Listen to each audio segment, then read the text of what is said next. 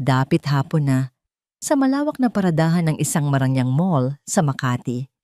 Ang hangin ay mabigat sa pinaghalong amoy ng usok mula sa mga sasakyan at ng mamahaling pabango ng mga taong nagmamadaling umuwi.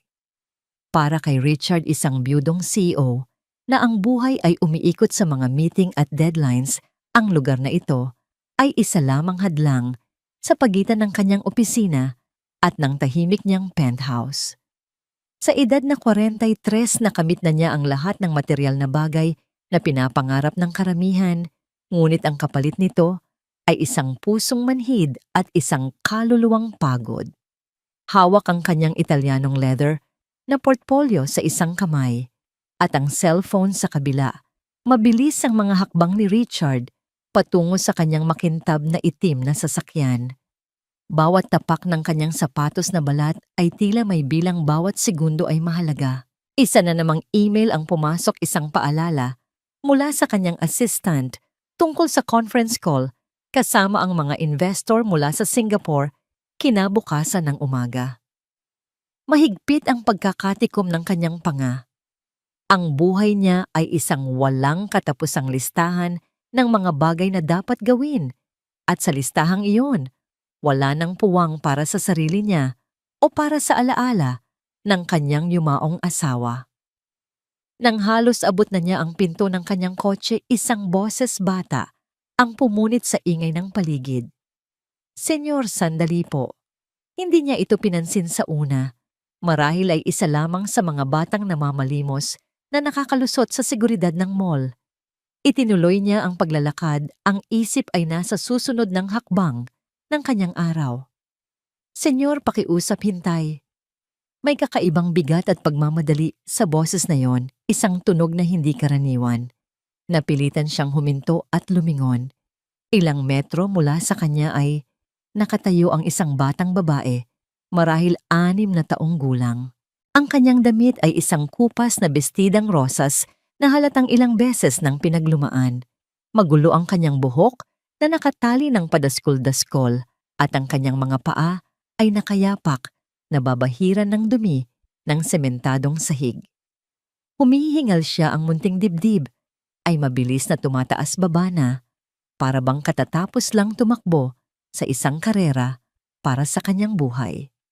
Nakatuon ang mga mata ng bata, hindi sa kanya kundi sa ilalim ng kanyang sasakyan. Nanginginig ang kamay nitong nakaturo roon. Bago pa man magpatuloy ang kwento, 10 minuto lang ang nakalipas sa kabilang dulo ng paradahan, si Mia ay may ngiti sa kanyang mga labi. Mahigpit niyang hawak ang isang maliit na supot na papel. Sa loob niyon ay isang mainit-init pang siopaw, isang biyayang bigay ng isang mabait na tindera sa bakery na malapit sa loading bay ng mall. Para kay Mia, ang siopaw na yon ay hindi lang pagkain. Ito ay isang tropeo, isang patunay na may kabutihan pa ring natitira sa mundo. Humanap siya ng isang sulok sa likod ng isang malaking haligi para kainin ang kanyang kayamanan. Dahan-dahan niyang binuksan ang supot at ang amoy ng matamis na tinapay at masarap na palaman ay tila yumakap sa kanya. Perpekto. Maputi, malambot at umuusok pa. Iyon na sana ang pinakamasayang sandali ng kanyang araw.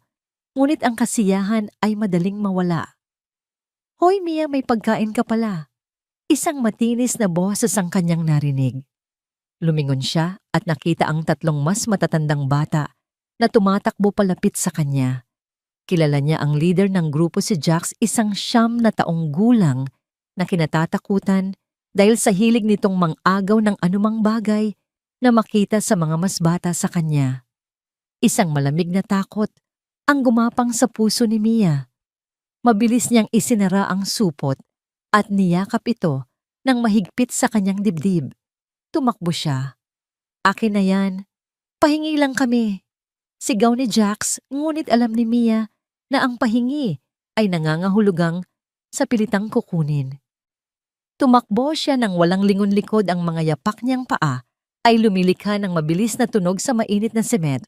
Ang kanyang puso ay kumakabog na parang tambol. Kailangan niya ng lugar na mapagtataguan. Mabilis na inilibot niya ang kanyang mga mata. Sa likod ng mga basurahan, masyadong madumi. Sa likod ng mga haligi, madali siyang makikita. Kailangan niya ng isang lugar na hindi nila kailanman maiisip na hanapin. At doon niya nakita ang perpektong lugar, isang makintab at mamahaling itim na kotse na nakaparada sa isang sulok. Ang kotse ng senyor na laging malungkot. Ang tawag niya sa lalaking araw-araw niyang nakikita na laging nakakunot ang noo at nagmamadali. Walang pag-aalinlangan yumuko si Mia at mabilis na isinilid ang supot ng siopaw sa ilalim ng sasakyan malapit sa gulong sa likuran. Itinulak niya ito ng sapat na malayo upang hindi madaling makita. Pagkatapos ay tumayo siya at naglakad palayo na para bang walang nangyari. Ang kanyang mga kamay ay nasa likod na ngayon, wala ng laman. Humahangos na dumating sina Jax at ang kanyang mga kasama. Nasaan na? Tanong ni Jax, ang mga mata ay puno ng pagdududa. Nagkibit balikat si Mia. Ang alin? Yung pagkain mo, nakita naming tumatakbo ka. Nakain ko na. Matapang niyang sagot. Sinungaling. Kakatakbo mo lang. Ipinag-cross ni Mia ang kanyang mga braso, pilit na itinatago ang panginginig ng kanyang katawan. E di kinain ko habang tumatakbo. Tinitigan siya ni Jax ng masama, ngunit wala siyang ebidensya. Sa inis tinulak niya si Mia ng bahagya bago umalis, kasama ang kanyang mga alipores, nagbubulungan at nagmumura. Nakahinga ng maluwag si Mia nang makita niyang papalayo na ang mga ito. Tagumpay. Ngayon kailangan na lang niyang maghintay ng ilang minuto para masigurong hindi na sila babalik. Pagkatapos ay babalikan niya ang kanyang siopaw at kakainin ito ng payapa sa kanilang munting barong-barong sa tabi ng estero kung saan naghihintay ang kanyang Lola Pilar.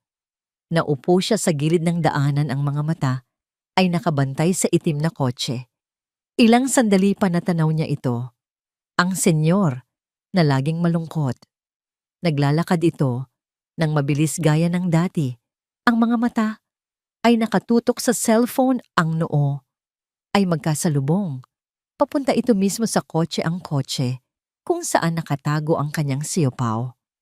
Napatayo si Mia sa isang iglap. Kung sasakay ang lalaki at paandarin ng kotse, maaaring masagasaan ng gulong ang supot. O mas malala, baka mahulog ang siopaw sa daan at may ibang sasakyang makapirat dito. Ang kanyang pinaghirapang tropeo ay magiging basura na lang. Kailangan niyang balaan ang lalaki. Naglakad siya ng mabilis na naging isang desperadong takbo. Senyor, sandali po. At doon sila ngayon nakatayo, sa gitna ng paradahan. Si Richard, ang bilyonaryo, ay nakatingin sa isang gusgusing bata na nanginginig habang nakaturo sa ilalim ng kanyang sasakyan. Tingnan niyo po sa ilalim. Ulit ng bata, ang boses ay basag at puno ng pag-aalala. Kailangan niyo pong tingnan. Biglang bumilis ang tibok ng puso ni Richard. Libo-libong senaryo ang dumaan sa kanyang isip sa loob ng isang segundo. Isang bomba. May sumasabotahe sa kanya. May taong nagtatago sa ilalim. Isang bagong modus ng mga magnanakaw. 2 taon na ang nakalipas mula nang huli siyang ma-hold up. At ang takot ay nananatili pa rin. Binitiwan niya ang kanyang portfolio. Isang malakas na kalabog ang umalingaw-ngaw nang bumagsak ito sa semento. Dahan-dahan siyang yumuko, ang kanyang katawan ay tensyonado at handang tumakbo anumang oras. Maingat niyang sinilip ang ilalim ng sasakyan. Wala siyang nakitang anumang mapanganib. Walang kumikinang na metal, walang kable. Ang nakita lang niya ay isang maliit at gusot na supot na papel na nakasandal sa kanyang gulong. Napakunot ang kanyang noo. Kinuha niya ang supot. Ito ay magaan, bahagyang mainit at may amoy ng prito at tinapay. Dahan-dahan niyang binuksan ito. Sa loob nakita niya ang isang maliit na siopaw. Medyo malamig na at bahagyang nadikit na sa papel, ngunit buo pa rin. Wala siyang naintindihan. Dahan-dahan siyang tumayo at hinarap ang bata. Nakatayo pa rin si Mia ron, humihingal pa rin ang kanyang maliliit at maruruming kamay ay magkadaop sa kanyang harapan. Ang mga mata niya ay nakatutok sa supot na hawak ngayon ni Richard. Aakin po yan. Nagsimula siyang magpaliwanag, ang boses ay mahina at puno ng hiya. Bigay po sa akin ng alis sa bakery.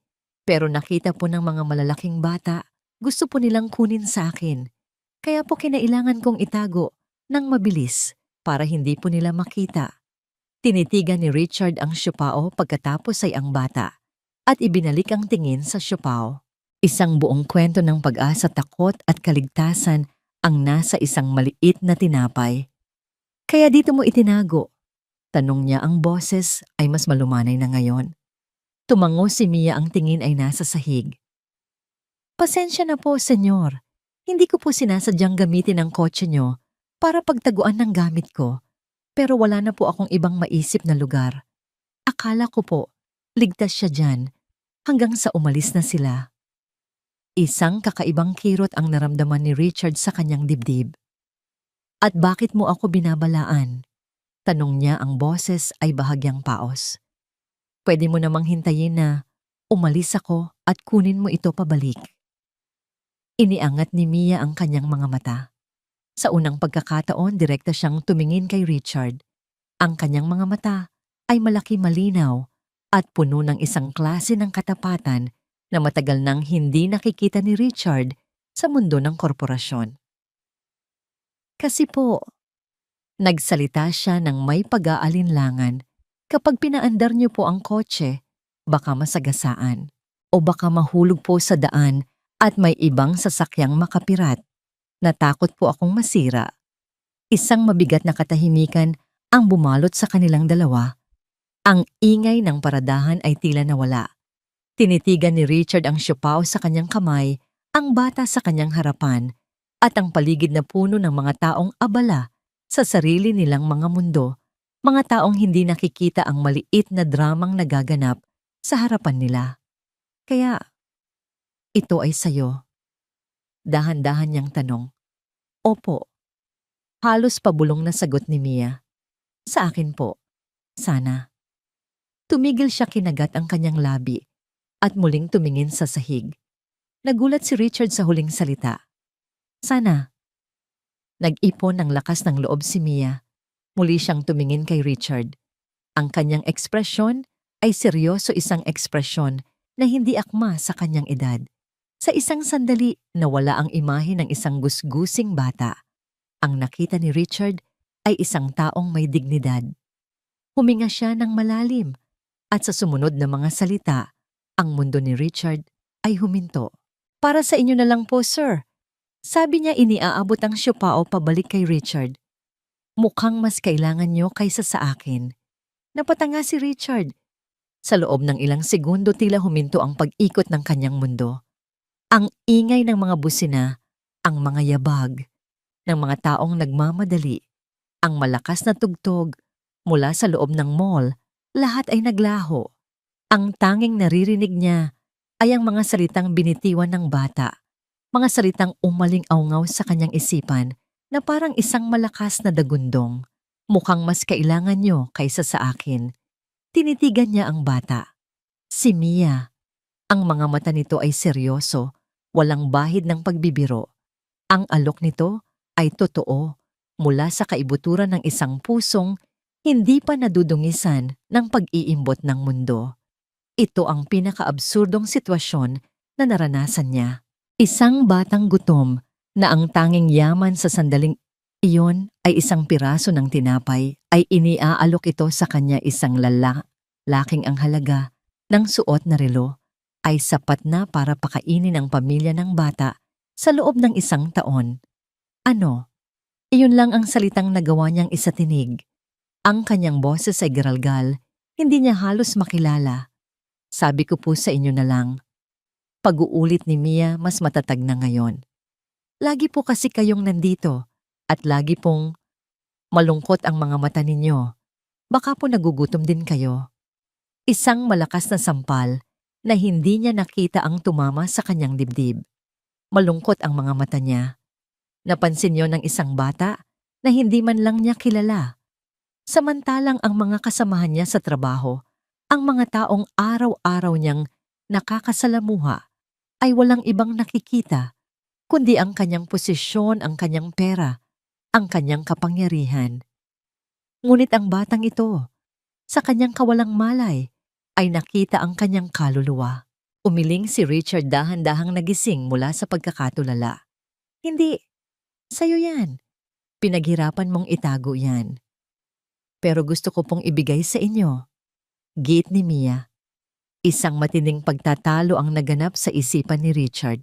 Kung tatanggihan niya, para na rin niyang binalewala ang tanging bagay na maiaalok nito. Kung tatanggapin niya, aagawin niya ang pagkain mula sa isang nagugutom na bata. Mayroon dapat gitnang paraan. Huminga siya ng malalim. Sige, sabi niya at nakita niya ang bahagyang pagliwanag sa mukha ni Mia. Tatanggapin ko, pero sa isang kondisyon. Kumunot ang noo ng bata naghihintay. Hahatiin natin, sabi ni Richard. Kalahati para sa'yo, kalahati para sa'kin. Nanlaki ang mga mata ni Mia. Hahatiin po. Ang ideya ay tila bago sa kanya. Oo, payag ka. Isang dahan-dahang ngiti ang sumilay sa mga labi ni Mia. Maliit ngunit totoo. Isang ngiting umabot hanggang sa kanyang mga mata. Sige po, payag po ako. Doon mismo sa gitna ng maingay na paradahan, maingat na hinati ni Richard ang siopaw gamit ang kanyang mga daliri. Ang tinapay ay malambot pa. Ibinigay niya ang isang kalahati kay Mia. Tinanggap ito ng bata gamit ang dalawang kamay na para bang isa itong mamahaling hiyas. Sabay silang kumain. Walang nagsasalita. Nakatayo lang sila sa tabi ng mamahaling kotse, 2 taong mula sa magkaibang mundo na pinag-isa ng isang piraso ng tinapay. Nguya ni Richard ang kanyang bahagi. Ito ay malamig, na medyo matamis ang palaman at lasang ordinaryong siopaw na nabibili sa kanto. Ngunit para sa kanya, sa sandaling iyon ang pinakamasarap na pagkaing natikman niya sa buong buhay niya. Habang kumakain, pinanood niya si Mia. Bawat kagat nito ay dahan-dahan ninanamnam na para bang yun na ang huli niyang pagkain. Walang nasasayang. At sa pagitan ng bawat subo, isang tingin ng kasiyahan ang makikita sa kanyang mukha. Biglang bumalik sa alaala ni Richard ang isang hapon sa isang parke. Maraming taon na ang nakalipas. Kasama niya ang kanyang asawang si Catherine. Naglatag sila ng kumot sa damuhan at kumain ng sandwich. Tawa sila ng tawa habang pinapanood ang kanilang maliit na anak na si Zoe na sinusubukang habulin ng mga kalapati. Ang buhay ay simple noon. Ang kaligayahan ay simple. Ngayon ang tawa ay napalitan ng katahimikan. Ang parke ay napalitan ng isang malamig at malaking bahay. At ang koneksyon ay napalitan ng distansya. Ang huli nilang pag-uusap ni Zoe kagabi ay nauwi sa isang maikling sigawan dahil ayaw nitong gawin ang kanyang takdang aralin. You don't care about me anyway, Dad.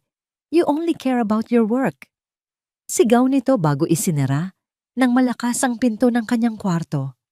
Isang malakas na kalabog ang gumising sa kanya mula sa malalim na pag-iisip. Isang kotse ang pumarada ng padaskul-daskol sa kabilang espasyo. Tapos nang kumain si Mia, pinunasan niya ang kanyang mga kamay sa kanyang kupas na bestida at ngumiti kay Richard. Salamat po sa paghati, senyor. Napilitan si Richard na umiwas ng tingin na ramdaman ang pag-init ng kanyang mga mata. Salamat din sa paghati, Mia. Tumango ang bata at walang paalam tumalikod ito at nagsimulang maglakad palayo. Ang kanyang mga yapak na paa ay halos walang tunog sa semento. Sinundan siya ng tanaw ni Richard hanggang sa maglaho siya sa isang eskinita sa gilid ng mall. Naiwan siyang mag-isa, hawak ang walang lamang supot na papel. Pagpasok niya sa kanyang kotse, ang katahimikan ay tila nakabibingi. Ang amoy ng siopaw ay naiwan sa hangin. Tumingin siya sa kanyang salamin at nakita ang isang lalaking hindi niya na halos kilala. Isang lalaking may malungkot na mga mata. Ang biyahe pauwi sa kanyang penthouse sa Bonifacio Global City ay parang isang panaginip. Ang mga nagtataasang gusali na dati simbolo ng kanyang tagumpay ay tila mga malamig na bakal na pader na kumukulong sa kanya. Pagpasok niya sa kanyang unit, ang lawak at karangyaan nito, ang marmol na sahig, ang mga mamahaling muebles, ang tanawin ng buong syudad mula sa kanyang bintana ay walang nagawa, kundi iparamdam sa kanya kung gaano siya nag-iisa. Binuksan niya ang refrigerador. Puno ito ng mga imported na keso, mga organikong prutas at tirang pagkain mula sa catering service na hindi man lang niya ginalaw. Isinara niya ito ng dahan-dahan.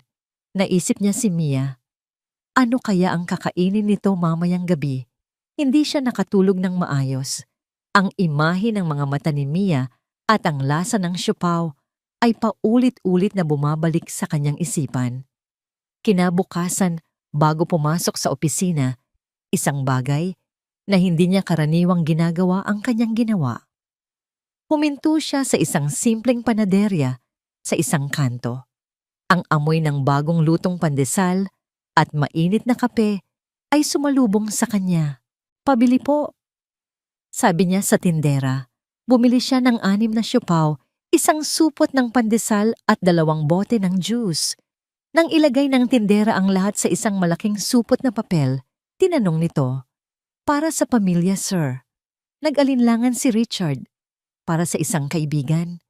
5:00 ng hapon, mas maaga kaysa sa dati, dumating siya sa paradahan ng mall. Hindi siya nakatingin sa kanyang cellphone. Ang kanyang mga mata ay naghahanap. At nandoon nga siya. Nakaupo si Mia sa gilid ng daanan, malapit sa entrance ng paradahan, naglalaro ng ilang maliliit na bato. Nang makita niya ang itim na kotse ni Richard, napatayo siya at kumaway. Ipinarkada ni Richard ang sasakyan, kinuha ang supot ng pagkain at lumabas. "Senyor," masayang bati ni Mia, tumakbo ito palapit sa kanya. "Bumalik po kayo." "Bumalik ako," sabi ni Richard, isang maliit na ngiti ang gumuhit sa kanyang labi. Iniabot niya ang supot. "Nagdala ako ng merienda." Maingat na kinuha ni Mia ang supot. Sumilip siya sa loob at nanlaki ang kanyang mga mata sa gulat at tuwa. "Wow, ang dami po." Tumingin siya kay Richard, ang kanyang mukha ay nagliliwanag. "Para sa akin po ba lahat ito?" "Para sa iyo at sa lola mo," sagot ni Richard. "Nasaan ba siya? Saan kayo nakatira?" Ang nangiti ni Mia ay bahagyang nawala. Itinuro niya ang isang madilim na direksyon sa likod ng mall, patungo sa isang tulay kung saan dumadaloy ang isang maruming estero. "Doon lang po sa tabi ng kanal." "Pwede mo ba akong samahan doon?" Nag-aalangan man tumango si Mia. Naglakad sila palayo sa maliwanag at malinis na bahagi ng mall, patungo sa isang mundong pilit itinatago ng syudad. Habang papalapit sila, ang amoy ng mamahaling pabango ay napalitan ng mabahong amoy ng estero. Ang makinis na semento ay naging baku-bakong lupa. At doon sa ilalim ng tulay, nakita ni Richard ang kanilang tinitirhan. Isa itong barong-barong na gawa sa pinagtagpi-tagping yero karton at isang asul na lona. May ilang kahon na nagsisilbing pader at isang lumang kumot na nakasampay sa gilid. Napatigil si Richard. Ang tanawin ay isang malakas na suntok sa kanyang sikmura. Sa likuran ng barong-barong na ito ay ang mga nagkikinangang skyscraper ng Makati, isang malupit na paalala ng napakalaking agwat sa pagitan ng kanilang mga buhay. "Lola," tawag ni Mia, habang tumatakbo palapit sa kanilang munting tirahan. "May bisita po tayo." Mula sa loob ng madilim na barong-barong, isang malakas at sunod-sunod na ubo ang narinig ni Richard. Isang ubong tuyo, malalim at puno ng sakit. Isang ubong nagsasabi ng isang matagal ng karamdaman na hindi nabibigyan ng lunas. Napatayo si Richard na parang isang estatwa, ang supot ng pagkain ay tila bumigat sa kanyang kamay. Sa sandaling iyon naunawaan niya, ang pagbibigay ng pagkain ay hindi sapat. Ang problema ay mas malalim kaysa sa isang kumakalam na tiyan. At kailangan niyang gumawa ng higit pa. Mula sa madilim na silong ng barong-barong, lumabas ang isang matandang babae. Ang kanyang buhok ay halos puti na nakatali sa isang magaang na pusod. Payat ang kanyang katawan balot sa isang lumang bestida na may nakapatong pang manipis na tsaleko. Bawat galaw niya ay mabagal at maingat na para bang nagtitipid ng lakas. Nang makita niya si Richard, isang matikas na estranghero na nakatayo malapit sa kanilang tahanan, isang maskara ng pag-iingat at pagdududa ang agad na bumalot sa kanyang mukha. Ito ang mukha ng isang taong sanay na sa panlalamang ng mundo. Siya si Lola Pilar. Lola, siya po si Senyor. Masayang sabi ni Mia, hinihila ang laylayan ng damit ng kanyang lola. Yung kinwento ko po sa inyo, yung hinatian ko ng sipaw. Tumingin si Lola Pilar. Mula kay Mia patungo kay Richard, ang kanyang mga mata ay matalas at mapanuri. Magandang hapon po. Bati ni Richard, sinusubukang maging magalang. Iniabot niya ang supot ng pagkain. Nagdala po ako ng kaunting merienda para sa inyo. Hindi agad kinuha ng matanda ang supot. Sa halip tinitigan niya si Richard mula ulo hanggang paa. Nakita niya ang mamahaling sapatos, ang plansadong pantalon, ang relong kumikinang sa kanyang pulso. At ano naman po ang kailangan ng isang tulad ninyo sa amin? Tanong ni Lola Pilar. Ang boses ay kalmado, ngunit may diin puno ng pagprotekta. Naunawaan ni Richard ang kanyang pag-aalinlangan. Sa mundong ito, ang kabaitan mula sa isang estranghero ay madalas may kasamang kapalit. Wala po, ginang. Gusto ko lang pong tumulong. Ang malakas na pag-ubo ay muling sumalakay kay Lola Pilar. Napapahawak siya sa kanyang dibdib. Ang kanyang mukha ay namula sa hirap. Mabilis na hinagod ni Mia ang likod ng kanyang lola. Lola, okay lang po kayo. Nang humupa ang pag-ubo, tumingin si Lola Pilar kay Richard na may bahid ng hiya sa kanyang mga mata. Pasensya na sa inasal ko, iho. Mahirap lang magtiwala sa panahon ngayon. Sa wakas ay kinuha niya ang supot. Maraming salamat dito. Walang anuman po. Richard po pala ang pangalan ko. Pagpapakilala niya. Pilar, sagot ng matanda. Lola Pilar na lang ang itawag mo sa akin. Nagyaya si Lola Pilar na maupo sila sa isang lumang bangkong kahoy sa labas ng kanilang barong-barong. Habang abala si Mia sa pagbubukas ng supot ng pagkain na may ngiti sa kanyang mga labi, nagkaroon ng pagkakataon si Richard na kausapin ng matanda. Nalaman niyang dating kusinera si Lola Pilar sa isang maliit na karinderya hanggang sa magsara ito at hindi na siya makahanap ng bagong trabaho dahil sa kanyang edad at lumalalang hika. Ang ina naman ni Mia, ang kaisa-isang anak ni Lola Pilar, ay nagtrabaho bilang OFW sa gitnang silangan. Ngunit mahigit 1 taon na silang walang balita mula rito matapos sumiklab ang gulo sa bansang pinagtatrabahuhan nito. Umaasa pa rin kami na isang araw ay babalik siya. Sabi ni Lola Pilar, ang tingin ay malayo, nakatuon sa maruming tubig ng estero. Si Mia na lang ang lahat sa akin ngayon.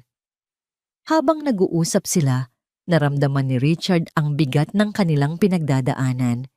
Ito ay hindi lamang simpleng kahirapan. Ito ay isang kwento ng pag-abandona, sakit at tibay ng loob. Ang ubo ni Lola Pilar ay hindi isang simpleng sipon. Ito ay tunog ng isang malubhang karamdaman na pinababayaan. Lola Pilar, kailangan niyo pong magpatingin sa doktor. Sabi ni Richard, hindi na napigilan ang sarili. Ang ubo niyo po ay hindi maganda. Isang mapait ng ngiti ang gumuhit sa labi ng matanda. Saan naman kami kukuha ng perang pampadoktor at pambili ng gamot, iho? Ang kaunting kinikita ko sa paglalabada ay sapat lang para sa pagkain namin sa araw-araw. Bago pa man makasagot si Richard, isang pamilyar na boses ang pumutol sa kanilang pag-uusap. Richard, anong ginagawa mo rito? Napalingon si Richard at ang kanyang sikmura ay tila bumaliktad. Nakatayo hindi kalayuan sa kanila si Kenneth, ang kanyang karibal sa kumpanya. Si Kenneth ay isang ambisyosong executive na laging naghahanap ng butas para malampasan si Richard. Nakasuot ito ng kanyang perpektong plansadong suit. Ang kanyang mukha ay nagpapakita ng purong pagkalito at bahagyang pandidiri habang tinitingnan ang paligid. Kenneth, sabi ni Richard na patayo. Ang kanyang tono ay mas malamig kaysa sa kanyang inaasahan. Lumapit si Kenneth, ang kanyang mga mata ay mabilis na lumipat mula kay Richard patungo kay Lola Pilar at kay Mia na ngayon ay mahigpit na nakayakap sa binti ng kanyang lola. Sino sila? Tanong ni Kenneth, sapat na malakas para marinig ng dalawa. Mga kaibigan ko, mabilis na sagot ni Richard. Isang mapanuyang ng ngiti ang sumilay sa labi ni Kenneth. Hinila niya si Richard sa braso palayo ng ilang hakbang mula kina Lola Pilar at Mia. Kaibigan Richard, seryoso ka ba? Bulong niya, ang boses ay puno ng panghuhusga. Alam mo ba kung anong klaseng lugar ito delikado dito? Baka mamaya kung anong makuha mong sakit. Nag-init ang ulo ni Richard. Hindi sila sakit, Kenneth. Mga tao sila. Mga taong maaaring samantalahin ka. Giit ni Kenneth, lalong hinihinaan ang boses. Tingnan mo ang sarili mo. Richard, ikaw ang CEO ng isa sa pinakamalaking tech company sa bansa. Hindi magandang tingnan na nakikihalubilo ka sa mga ganitong tao. Paano kung may makakita sa'yo? Anong iisipin ng mga kliyente natin? Ang board of directors. Wala akong pakialam kung anong iisipin nila. Dapat may pakialam ka. Ito ang reputasyon mo, ang reputasyon ng kumpanya na nakataya. Tumingin si Kenneth sa direksyon ni na Lola Pilar. Mag-ingat ka, Richard. Baka samantalahin lang nila ang kabaitan mo. Isang araw, gigising ka na lang. Wala na ang wallet mo o mas malala pa. Hindi mo kilala ang mga yan. Bawat salita ni Kenneth ay parang lason na tumatagos sa pandinig ni Richard. Ngunit ang mas masakit ay ang katotohanang may isang bahagi sa kanya, isang bahagi na hinubog ng kanyang marangyang pamumuhay na nagsasabing maaaring may punto si Kenneth. Ngunit ang bahaging iyon ay mabilis na nilamon ng bagong damdaming umuusbong sa kanyang puso, isang damdamin ng proteksyon para sa 2 taong halos hindi pa niya kilala. Tapos ka na? Malamig na tanong ni Richard, binawi ang kanyang braso mula sa pagkakahawak ni Kenneth. Nagulat si Kenneth sa kanyang reaksyon. I'm just trying to warn you as a friend. Hindi kita kailangan ng babala mo, matigas na sabi ni Richard, at lalong hindi kita kaibigan. Tumalikod si Richard at naglakad pabalik kina Lola Pilar. Ngunit ang masayang ngiti ni Mia ay naglaho na. Nakatayo siya sa likod ng kanyang lola, ang kanyang maliliit na kamay ay mahigpit na nakakapit sa damit nito. Ang kanyang mga mata ay malaki at puno ng takot. Narinig niya ang lahat. Si Lola Pilar naman ay nakatingin kay Richard, ang kanyang mukha ay blangko, ngunit sa kanyang mga mata ay mababasa ang sakit ng mapanghusgang mga salita na narinig niya. Isang mabigat at nakakabinging katahimikan ang namagitan sa kanilang lahat. Ang mga salita ni Kenneth ay naiwang nakalutang sa hangin, isang maruming ulap na dumungis sa sandali ng kabutihan. Mia! Nagsimula si Richard, ngunit hindi niya alam kung paano aayusin ang pinsala. Okay lang po, senyor. Mabilis na sabi ni Lola Pilar, ang kanyang boses ay nanginginig ng bahagya. Salamat po sa pagkain, pero siguro po mas mabuti kung aalis na kayo. Ang mga salita ay parang isang suntok sa sikmura ni Richard. Itinutulak siya palayo, hindi dahil sa galit, kundi dahil sa kahihiyan. Ayaw nilang maging problema. Tumingin siya kay Mia. Nakayuko na ito ngayon, ang mga mata ay nakatutok sa lupa. Nakita ni Richard ang isang butil ng luha na pumatak mula sa mga mata nito at bumagsak sa alikabok. Naramdaman ni Richard ang isang matinding galit-galit kay Kenneth. Galit sa mundo at higit sa lahat, galit sa kanyang sarili dahil sa pagdadala ng ganitong uri ng sakit sa buhay ng dalawa. Hindi. Sabi niya ang kanyang boses ay matatag at puno ng determinasyon. Nag-angat ng tingin si Lola Pilar at Mia. Lumuhod si Richard sa harap ni Mia para magpantay ang kanilang mga mata. Hinawakan niya ito ng marahan sa balikat. Mia, makinig ka sa akin, sabi niya. Huwag mong pakinggan ang sinabi ng lalaking yon. Mali siya. Hindi kayo problema at hinding-hindi ko kayo iiwan. Tinitigan siya ni Mia, ang kanyang mga mata ay puno ng pag-aalinlangan. Pero, sabi po niya, delikado kami. Hindi ka delikado. Sabi ni Richard, ang puso niya ay nadudurog. Ikaw ang pinakamabait na batang nakilala ko. Tumingin siya kay Lola Pilar. At kayo po, Lola Pilar, ay isang malakas na babae. Hindi ko hahayaan na bastusin kayo ng sinuman. Isang desisyon ang nabuo sa kanyang isipan, isang desisyong magbabago sa lahat. Hindi na ito tungkol sa pagkain o gamot. Ito ay tungkol sa dignidad. Bukas, sabi niya, babalik ako. At may gagawin tayo tungkol sa ubo niyo, Lola Pilar. At hahanap tayo ng mas maayos na lugar para sa inyo. Pangako. Hindi alam ni Richard kung saan siya kukuha ng lakas o kung paano niya tutuparin ang kanyang pangako. Ang alam lang niya ay hindi na niya maaaring talikuran ang mga ito. Ang pagtatagpo nila ay hindi na isang aksidente lamang. Ito na ngayon ay isang responsibilidad. At sa unang pagkakataon, sa loob ng maraming taon, naramdaman niyang mayroon siyang isang bagay na karapat-dapat ipaglaban. Kinabukasan, hindi mapakali si Richard sa kanyang opisina. Ang mga numero sa spreadsheet ay tila lumalangoy sa harap ng kanyang mga mata. Ang boses ng kanyang mga manager sa meeting ay parang ugong na walang kahulugan. Ang imahe ni Mia at Lola Pilar at ang mga mapanghusgang salita ni Kenneth ay paulit-ulit na naglalaro sa kanyang isipan. Ang pangakong binitiwan niya ay isang mabigat na responsibilidad at kailangan niyang humanap ng paraan upang tuparin ito. Hindi bukas, hindi sa susunod na linggo, kundi ngayon. Pagkatapos ng tanghalian, tinawagan niya si Grace, ang kanyang pinagkakatiwalaang Human Resources Manager. Grace, may itatanong ako. Diretsong sabi ni Richard, yung maliit na bodega sa likod ng pantry natin ginagamit pa ba? Narinig niya ang mahinang kaluskos ng mga papel sa kabilang linya. Yung lumang stockroom, sir, hindi na po. Matagal nang walang laman yun. Bakit po, Sir Richard? Pwede bang papalinis mo yon at palagyan ng isang simpleng kama, isang maliit na aparador, at siguraduhin gumagana ang banyo sa tabi nito. Isang sandaling katahimikan ang sumunod. Isang kama po, sir. Nag-aalangang tanong ni Grace. Para saan po kung maaari kong malaman? Huminga ng malalim si Richard.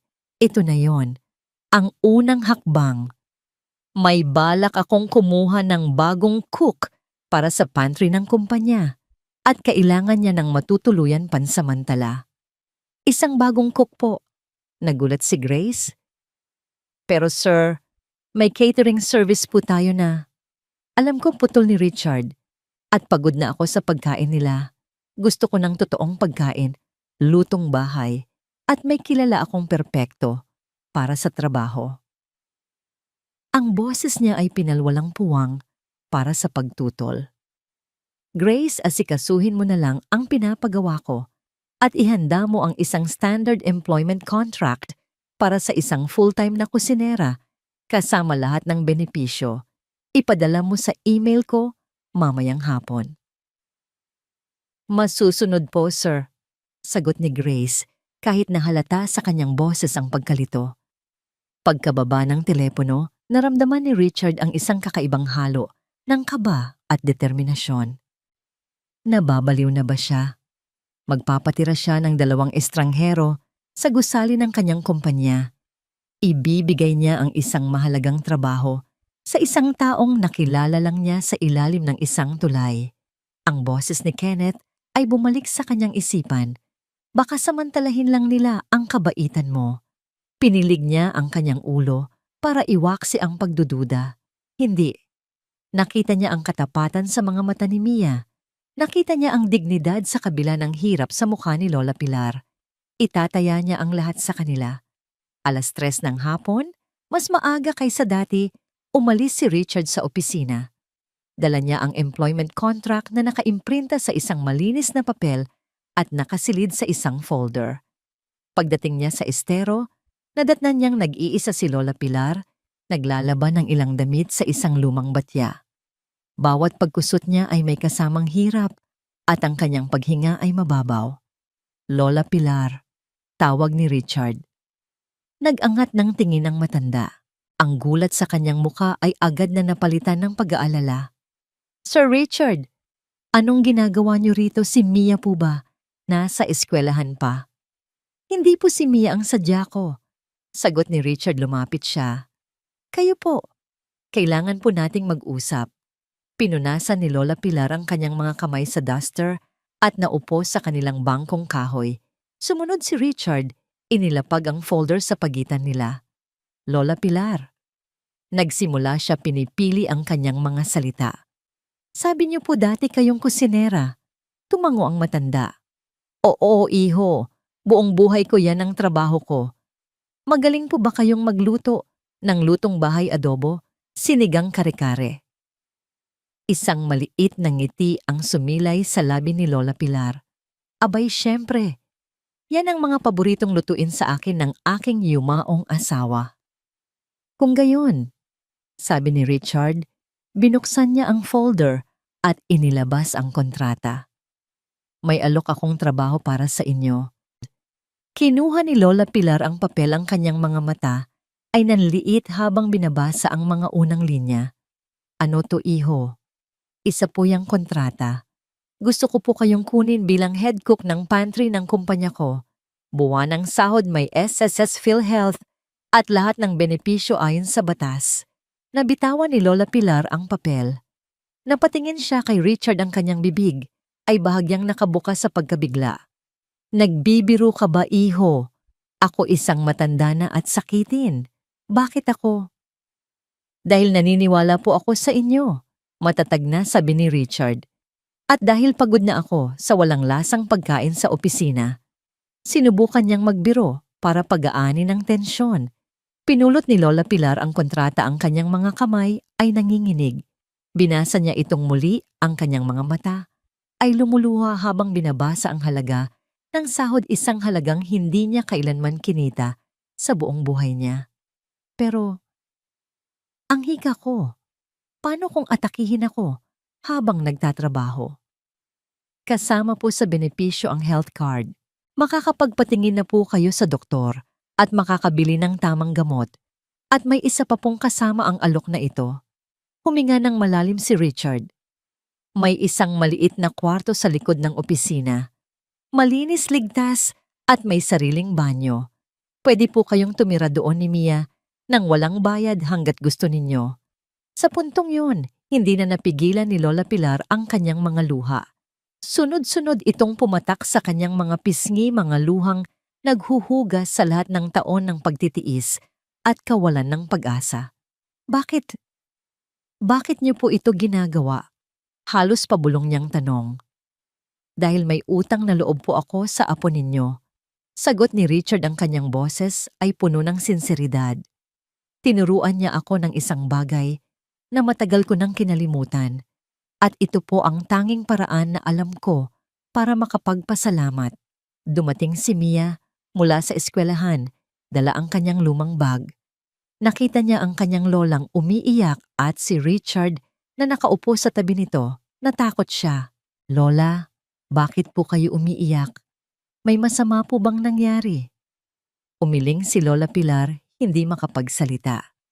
Hinila niya ang kanyang apo at niyakap ito ng mahigpit. Hindi apo ko, sabi niya sa pagitan ng mga hikbi. Umiiyak ako dahil sinagot ng Diyos ang mga dasal natin.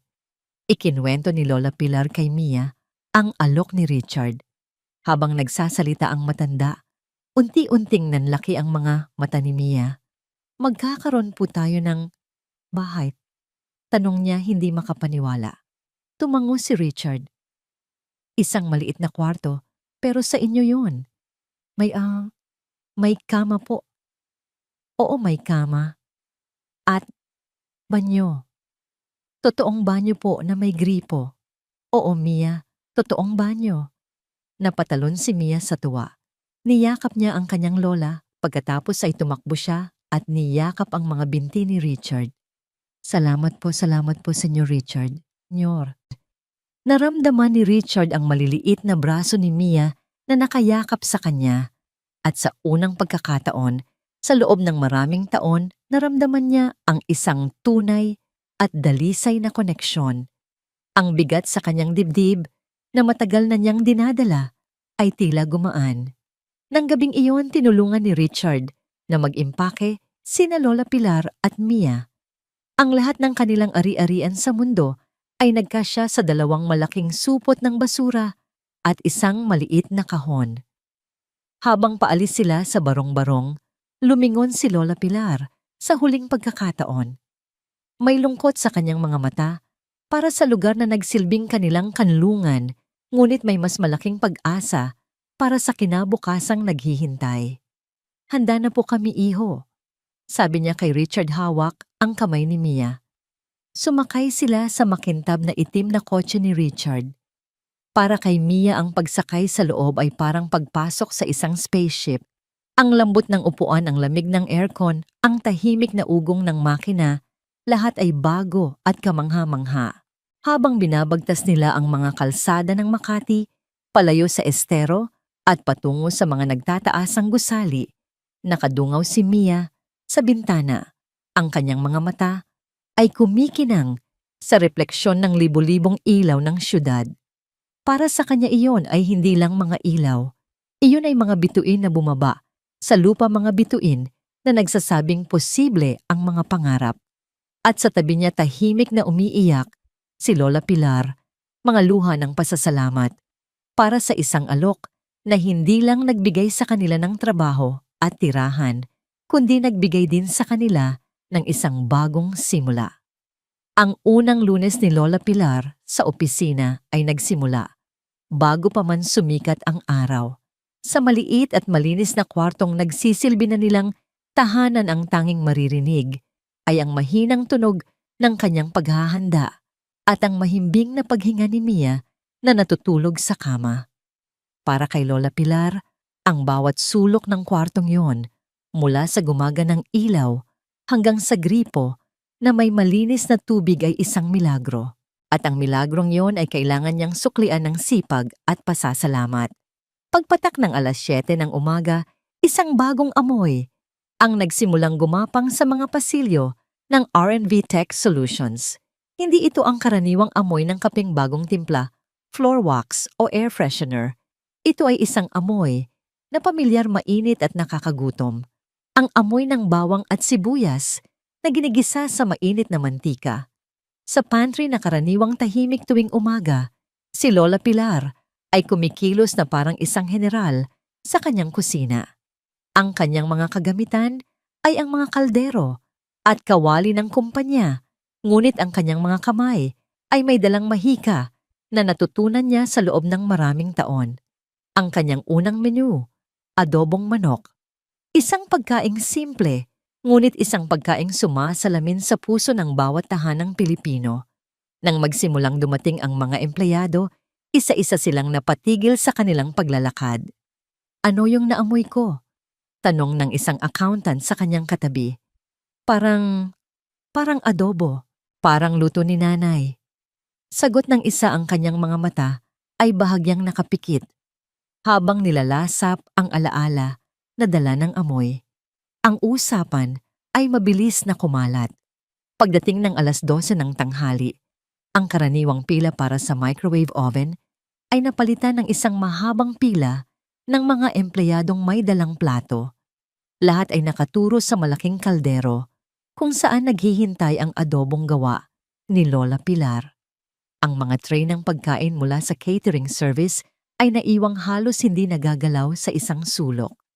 Isang lalaking nagngangalang Martin na kilala sa pagiging pihikan sa pagkain ang unang sumubok. Kumuha siya ng isang subo, isinubo ito, at sa isang iglap ang kunot sa kanyang noo ay nawala. Napapikit siya. Diyos ko, bulong niya sapat na para marinig ng mga nasa likod niya. Ganitong-ganito ang luto ng lola ko sa probinsya. Iyon lang ang kumpirmasyong kailangan nila. Ang pantry na dati isang lugar lamang para magtimpla ng kape ay biglang naging sentro ng kumpanya. Ang mga empleyado ay hindi lang kumakain. Sila ay nagkukwentuhan, nagtatawanan. Ang formal at malamig na kapaligiran ng opisina ay nabasag ng init na dala ng lutong bahay.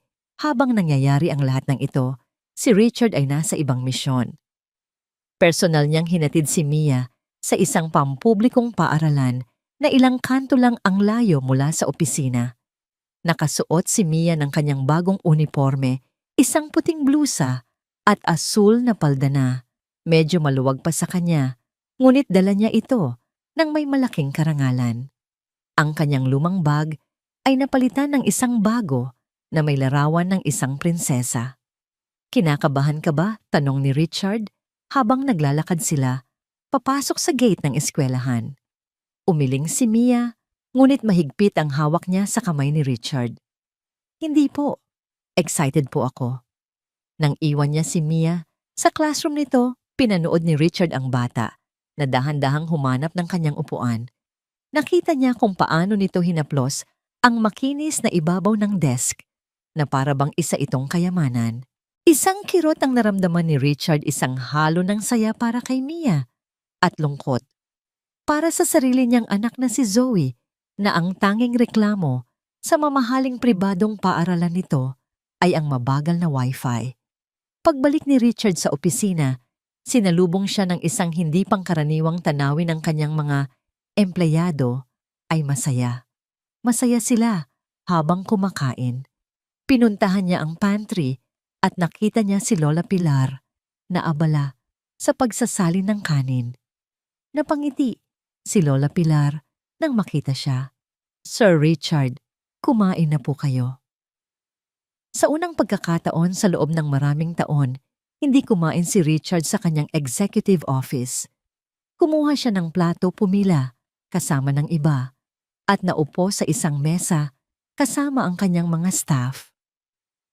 Habang kumakain siya ng adobong manok na perpekto ang pagkakaluto, malambot, malasa at nanunuot sa buto, ang sarap na ramdaman niya ang isang bagay na matagal na niyang hindi nararamdaman sa loob ng kanyang kumpanya, pakiramdam na bahagi siya ng isang komunidad.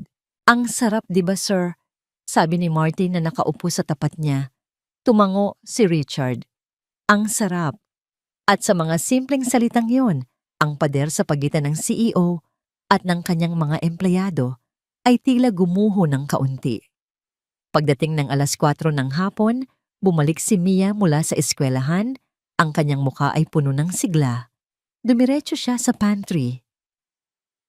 Lola May, bago na po akong kaibigan. Ang pangalan niya po ay Bea.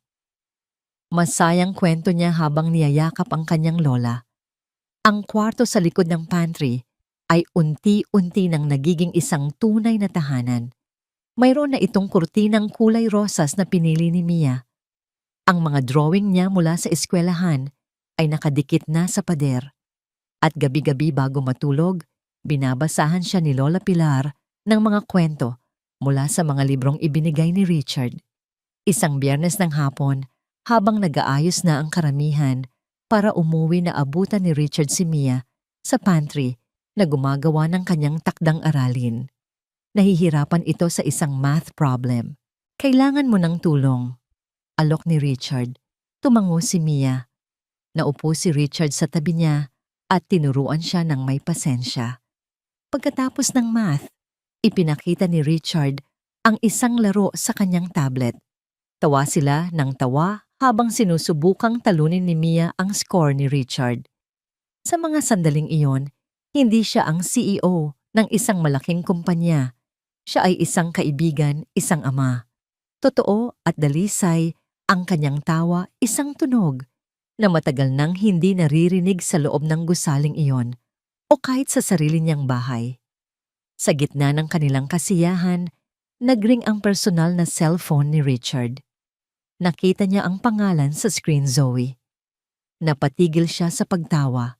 Ngunit bago niya ito masagot, nagsalita si Mia. Yehey, natalo na kita sa Richard.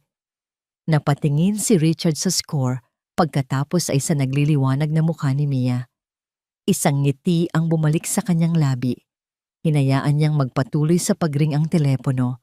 Tatawagan ko na lang siya mamaya, sabi niya sa kanyang sarili. 1 minuto lang to.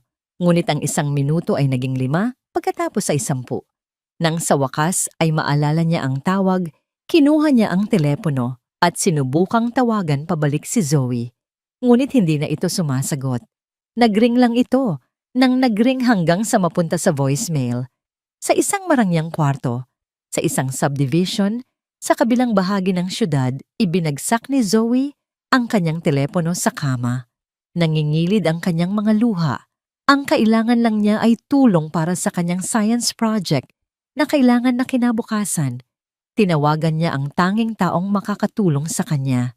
At hindi siya sinagot. Lagi na lang siyang busy na isip niya. Ang pamilyar na kirot ng pag-abandona ay muling sumusundot sa kanyang puso. Simula nang mamatay ang kanyang ina, ang kanyang ama, ay tila naging isang anino na lang, laging abala sa trabaho. Ngunit ngayon, iba ang pakiramdam niya. Hindi ito ang karaniwang busy sa trabaho. May iba pa. Binuksan niya ang kanyang laptop at tiningnan ang social media page ng kumpanya ng kanyang ama. Nakita niya ang isang post mula sa isang empleyado kaninang tanghali. Best day ever! Salamat sa bagong cook, parang ayoko nang umuwi. Lutong bahay Happy Tummy. Isang bagong cook. Isang malamig na hinala ang gumapang sa kanyang isipan. Ang biglaang pagbabago sa kanyang ama. Ang pagiging mas masayahin nito sa telepono nitong mga nakaraang araw. Ang hindi nito pagsagot sa kanyang tawag. Isang desisyon ang nabuo sa kanyang isipan. Isang desisyong dala ng pinaghalong selos, lungkot at galit. Tumayo siya at nagbihis. Pupuntahan niya ang kanyang ama. Pupuntahan niya ito sa opisina nang hindi nagpapaalam. At titingnan niya kung sino o ano ang bago at mas mahalagang proyekto na umagaw sa atensyon na dapat ay para sa kanya. Biyernes. Ang hangin sa opisina ay magaan puno ng pananabik para sa nalalapit na katapusan ng linggo. Sa pantry tapos, nang magligpit si Lola Pilar. Ang amoy ng sinangag at pritong isda mula sa almusal kaninang umaga ay napalitan na ng malinis na amoy ng sabon at sahig na bagong punas. Nakaupo si Mia sa isang maliit na mesa sa sulok abala sa pagguhit sa isang piraso ng papel. Pumasok si Richard sa pantry. Hindi na suot ang kanyang business suit, kundi isang simpleng polo shirt na lang. Ang pagod sa kanyang mukha na laging naroon ay tila nabawasan. May isang bagong sigla sa kanyang mga mata. Ano yang ginuguhit mo, champ? Tanong niya umupo sa tapat ni Mia. Ipinakita ni Mia ang kanyang obra. Isa itong drawing ng 4 na tao. Lahat ay nakangiti sa ilalim ng isang malaking araw. Magkakahawak kamay sila. Ito po si Lola. Sabi niya. Tinuturo ang isang maliit na babae na may puting buhok. Ito po ako. Tinuro niya ang katabi nito. Ito po kayo, Sir Richard. Tinuro niya ang isang matangkad na lalaki. At sa dulo tinuro niya ang ika-4 na tao, isang babaeng may mahabang buhok. At ito po si Ate Zoe. Napatigil si Richard. Kilala mo si Zoe? Umiling si Mia. Hindi po. Pero kinwento po ninyo siya sa akin. Sabi niyo po siya ang prinsesa niyo. Kaya dinrowing ko po siya para maging pamilya na tayong lahat. Isang mainit na damdamin ang bumalot sa puso ni Richard. Kinuha niya ang drawing at tinitigan ito. Isang simpleng pangarap ng isang bata, isang pamilya, isang bagay na matagal na niyang sinukuan. Ang ganda. Sabi niya ang kanyang boses ay bahagyang nanginginig. Napakaganda, Mia. Sa labas ng pantry isang anino ang huminto sa may pinto. Hindi siya napansin ng 3 taong masayang nag-uusap sa loob. Si Zoe ay nakatayo roon, ang kanyang puso ay kumakabog na parang isang nasirang makina. Narinig niya ang tawanan. Nakita niya ang ngiti sa mukha ng kanyang ama, Isang ngiting matagal na niyang hindi nakikita, isang ngiting nakalaan na ngayon para sa ibang bata. Nakita niya ang drawing, 4 na tao, at naramdaman niya ang sarili na tila isang estranghero na sumisilip sa bintana ng sarili niyang buhay. Ang hinala ay naging isang nag-aapoy na katotohanan. Ang lungkot ay naging isang umaalimpuyong galit. Dad! Ang boses ni Zoe ay malamig at matalim. Tumagos ito sa masayang kapaligiran ng pantry na parang isang piraso ng yelo. Agad na naputol ang tawanan. Napalingon si Richard at ang ngiti sa kanyang labi ay naglaho na palitan ng purong pagkabigla. Zoe! Anong ginagawa mo rito? Napatayong sabi ni Richard. Ang kanyang reaksyon ay puno ng pagkataranta na para bang nahuli siya sa isang kasalanan. You should have called. Ang mga salitang yon dapat tumawag ka muna ay nagpatunay lang sa kinatatakutan ni Zoe, isa na siyang bisita. Isang istorbo. Naglakad si Zoe, papasok ang kanyang mga mata ay hindi nakatingin sa kanyang ama, kundi sa batang babae na nakaupo sa pwesto na dapat ay para sa kanya. Sino to? Tanong niya ang kanyang daliri ay nakaturo kay Mia na parang isang kutsilyo. Naramdaman ni Mia ang panganib. Agad siyang napatayo at nagtago sa likod ni Lola Pilar na ngayon ay nakatayo rin ang kanyang mukha ay puno ng pag-aalala. Zoe, calm down, sabi ni Richard, sinusubukang kontrolin ang sitwasyon. This is Mia at ito si Lola Pilar ang bago nating cook. Isang mapait at malakas na tawa ang kumawala sa mga labi ni Zoe. Our new cook o bago mong pamilya. Zoe, stop it. It's not like that. Sabi ni Richard ang kanyang boses ay nagsusumamo. Ngunit huli na ang lahat. Ang apoy ay nasindihan na. Tumingin si Zoe kay Mia na sumisilip mula sa likod ni Lola Pilar. At ikaw. Sabi ni Zoe ang kanyang boses ay puno ng panuunumbat. Masaya ka ba? Masaya ka ba na inagaw mo ang tatay ko? Ang mga salita ay tumama kay Mia na parang mga bato. Nagsimulang mamuo ang mga luha sa kanyang mga mata. Hindi po. Iyabata lang yan. Mahinahong sabi ni Lola Pilar, sinusubukang protektahan ang kanyang apo. Ngunit hindi na nakikinig si Zoe. Ang kanyang galit ay nakatuon na ngayon sa kanyang ama. Ang ilang empleyado na naghahanda ng umuwi ay napatigil, nanonood sa eksenang nagaganap. How could you sigaw ni Zoe ang kanyang boses ay basag na ngayon dahil sa mga luhang nagbabanta? Pinalitan mo na kami ni Mommy. Ang bilis mo namang makalimot. Habang kami ng buong pamilya ay nagluluksa pa, ikaw heto nagpapakasaya at naghahanap na ng bagong pamilya. That's not true. Depensa ni Richard. Anong hindi totoo? Look at you. For the first time in years, nakita kitang tumawa ulit. Pero hindi para sa akin, para sa kanila. Sigaw niya idinuro ang 2 bagong dating sa kanilang buhay. Sa isang sulok, isang empleyado, ang maingat na inilabas ang kanyang cellphone at nagsimulang mag-record. Zoe, that's enough. Let's talk about this at home. Sabi ni Richard, sinusubukang hawakan ang braso ng anak. Huwag mo akong hahawakan. Malakas na sigaw ni Zoe, iwinaksi ang kamay ng ama. Sa kanyang galit, hindi niya sinasadyang natabig ang isang baso ng tubig sa mesa. Isang malakas na lagabog ang umalingaw-ngaw sa tahimik na opisina nang mabasag ang salamin sa sahig. Ang tunog ng pagbasag ay tila sumasalamin sa biglaang pagkasira ng lahat. Napatigil ang lahat. Ang galit ni Zoe ay napalitan ng takot. Tiningnan niya ang basag na salamin sa sahig. Pagkatapos ay ang mga matang nakatingin sa kanya, ang nasasaktang mata ng kanyang ama, ang takot na mata ni Mia, ang awa sa mata ni Lola Pilar, at ang mapanghusgang mga mata ng mga empleyado. Hindi niya nakaya. Ang bigat ay masyadong matindi. I hate you. Iyak niya sa kanyang ama. Pagkatapos ay tumakbo siya. Tumakbo siya papalabas ng pantry, papalabas ng opisina, dala ang kanyang durog na puso. Naiwan si Richard na nakatayo sa gitna ng kaguluhan. Ang drawing ni Mia ay nasa sahig na tapakan at nayupi. Ang mga piraso ng basag na salamin ay kumikinang sa ilalim ng ilaw at ang mga hikbi ng isang batang natakot ay maririnig mula sa likod ni Lola Pilar. Tiningnan niya ang daan kung saan tumakbo si Zoe. Pagkatapos ay tumingin siya kay Mia.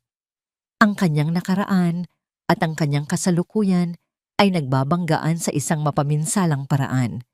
Sinubukan niyang ayusin ang kanyang buhay, ngunit ang nagawa lang niya ay wasakin ang dalawang mundo. Nakatayo siyang parang isang estatwa, hindi makagalaw, hindi makahinga.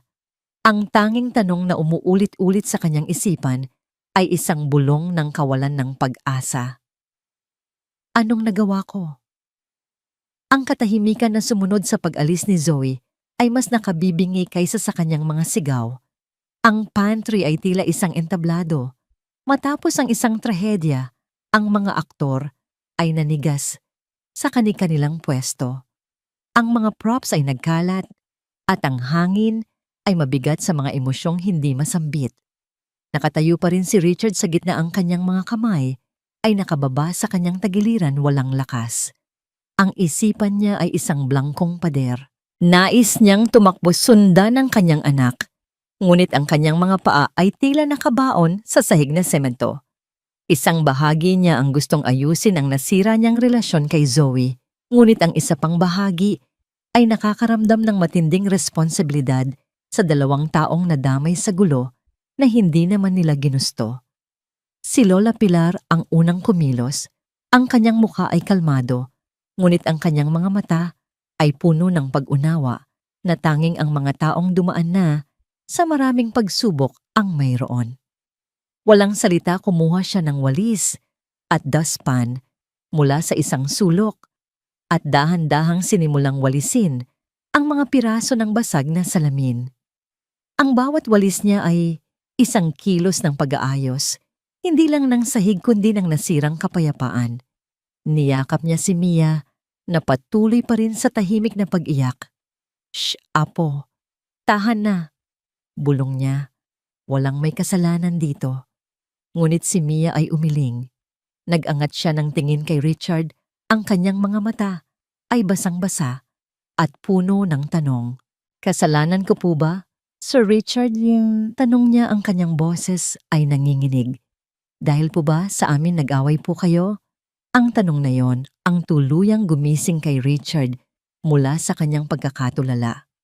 Isang matinding kirot ang tumusok sa kanyang puso. Ang inosenteng batang ito na wala namang ibang ginawa kundi maging mabait ay sinisisi na ngayon ang sarili. "Hindi, Mia. Hindi mo kasalanan." Mabilis niyang sabi, lumuhod sa harap ng bata. "Wag na huwag mong iisipin yan. Kasalanan ko to. Ako ang nagkulang." Tumingin si Lola Pilar sa kanya, ang kanyang mga mata ay nagpapahiwatig ng habag. Ang sugat hindi naghihilom sa isang gabi, iho. Mahinahon niyang sabi, "Bigyan mo muna ng panahon ang anak mo at ang iyong sarili." Tumango si Richard kahit na hindi niya alam kung paano magsisimula. Inilabas niya ang kanyang cellphone, ang kanyang mga daliri ay nanginginig habang hinahanap ang pangalan ni Zoe. Tinawagan niya ito. Isang ring, 2, 3, voicemail. Sinubukan niya ulit, voicemail pa rin. Pangatlong beses, ang tawag ay hindi na pumapasok. Ibinaba na nito o pinatay ang telepono. Isang malakas na buntong hininga ang kumawala sa kanya, puno ng pagkabigo. Tumayo siya at naglakad-lakad sa loob ng pantry. Ang kanyang mga kamay ay nasa kanyang buhok. "Kailangan ko siyang makausap. Kailangan kong ipaliwanag." "Mauunawaan ka rin niya," sabi ni Lola Pilar. "Dahil anak mo siya. Ang galit ay lilipas, ngunit ang pagmamahal ay mananatili." Samantala sa kabilang palapag, sa isang malamig at minimalistang opisina, si Kenneth ay nakaupo sa kanyang silyang balat, isang matagumpay na ngiti ang nakapaskil sa kanyang mukha. Sa screen ng kanyang mamahaling laptop ay nagpi-play ang isang video, isang nanginginig, nakuha ng buong komprontasyon sa pantry. Ang sigaw ni Zoe, ang pagkabigla ni Richard ang basag na salamin. Lahat ay nandoon. Kakatapos lang itong i-email sa kanya ng isang empleyado na may kasamang mensahe, Sir Kenneth, for your eyes only. I'm concerned about the company's well-being. Concern my ass, bulong ni Kenneth sa sarili. Alam niyang oportunista lang ang nagpadala nito. Ngunit hindi na yun mahalaga. Ang mahalaga ay ang gintong ebidensya na hawak niya ngayon. Pinanood niya ulit ang video, ninanamnam ang bawat sandali ng pagbagsak ni Richard. Ito na ang pagkakataon niya. Ang sandata na kailangan niya para makuha ang posisyong matagal na niyang inaasam. Hindi niya ito sasayangin. Maingat siyang gumawa ng isang email. Hindi niya direktang ipinadala ang video. Masyadong halata iyon. Sa halip nagsimula siyang magtanim ng mga binhi ng pagdududa. Ang email ay para sa iilang piling miyembro ng Board of Directors, mga taong alam niyang konserbatibo at madaling maimpluwensyahan. Subject confidential concern regarding RNV's internal stability. Mga kagalang-galang na miyembro ng board, sumusulat ako sa inyo ng may mabigat na kalooban. Nitong mga nakaraang linggo, may napapansin akong mga hindi pangkaraniwang desisyon at kilos. Mula sa ating CEO, si Mr. Richard Vargas, may mga insidenteng naganap na naglalagay sa alanganin hindi lang sa kanyang personal na estado, kundi pati na rin sa imahe at seguridad ng ating kumpanya. Hindi niya binanggit sina Mia at Lola Pilar. Sa halip ginamit niya ang mga salitang questionable personnel, unvetted individuals residing within company premises, at public domestic disputes. Pagkatapos ipadala ang email, sumandal siya sa kanyang upuan na sisiyahan sa kanyang gawa. Ito ay simula pa lamang. Hahayaan niyang kumalat muna ang mga bulong-bulungan. Pagkatapos, kapag ang lahat ay nag-aalala, na sa kanya ilalabas ang kanyang alas. Gabi na nang sa wakas, ay umuwi si Richard. Ang kanyang penthouse ay tila mas malaki at mas malamig kaysa dati. Ang bawat sulok ay nagpapaalala sa kanya ng kanyang kabiguan. Sa mesa sa sala, nakita niya ang isang nakabukas na libro, ang paboritong libro ni Catherine, ang kanyang yumaong asawa. Kinuha niya ito at isang ala-ala ang bumalik sa kanya. Huwag mong hayaang kainin ka ng trabaho mo, Richard. Ang pamilya ang tunay na yaman. Napaupo siya sa sofa. Ang bigat ng mundo ay nasa kanyang mga balikat. Kinabukasan Sabado, ang tensyon sa opisina ay halos nahihipo. Ang mga empleyadong nakasaksi sa pangyayari ay nagbubulungan sa mga sulok. Ang mga hindi nakakita ay nagtatanong. Ang kwento ay nagbago-bago at lumaki sa bawat pagkukwento. Nag-amok daw ang anak ni Sir Richard. May kinalaman daw sa babae. May pinatira daw siyang mga squatter sa loob ng opisina. Sinubukan ni Richard na baliwalain ang mga ito, ngunit ang mga tingin at bulungan ay sumusunod sa kanya saan man siya magpunta. Sa gitna ng lahat ng ito, sina Lola Pilar at Mia ay nanatili sa kanilang kwarto, umiiwas, na makita ng iba, dala ang kahihiyang hindi naman dapat sa kanila. Lunes ng umaga, habang sinusubukan ni Richard na mag-focus sa kanyang trabaho, isang email ang pumasok sa kanyang inbox. Ang nagpadala, ang chairman of the board. Ang subject, urgent request for an emergency board of directors meeting. Binuksan niya ito, ang kanyang puso ay kumakabog. Binasa niya ang nilalaman. Dahil sa mga nakarating na ulat tungkol sa mga insidenteng maaaring makaapekto sa pamumuno at katatagan ng kumpanya, isang emergency meeting ang ipinapatawag sa Biyernes 10 ng umaga. Ang pangunahing agenda, isang pagrepaso sa kasalukuyang pamumuno ng CEO. Sa ibaba ng liham nakasulat ang pangalan ng taong formal na humiling ng pagpupulong, Kenneth Cruz, Chief Operating Officer. Napatitig si Richard sa screen. Ang lason ay kumalat na. Ang mga lihim at kasinungalingan ay gumawa na ng kanilang pinsala. Ang atake ay hindi na isang bulong. Isa na itong formal na deklarasyon ng digmaan. Isinara niya ang kanyang laptop. Tumingin siya sa bintana sa syudad na minsan niyang sinakop. Ngayon, ang syudad na yon ay tila ang mga pader ng isang kulungan na unti-unting sumisikip sa kanya. Ang 4 na araw na humantong sa emergency board meeting ay ang pinakamahaba at pinakamabigat sa buhay ni Richard. Ang bawat oras na lumilipas ay parang isang martilyong pumupukpok sa pundasyon ng lahat ng kanyang pinaghirapan. Ang mga bulong-bulungan sa opisina ay naging isang tahimik ngunit nakamamatay na digmaan.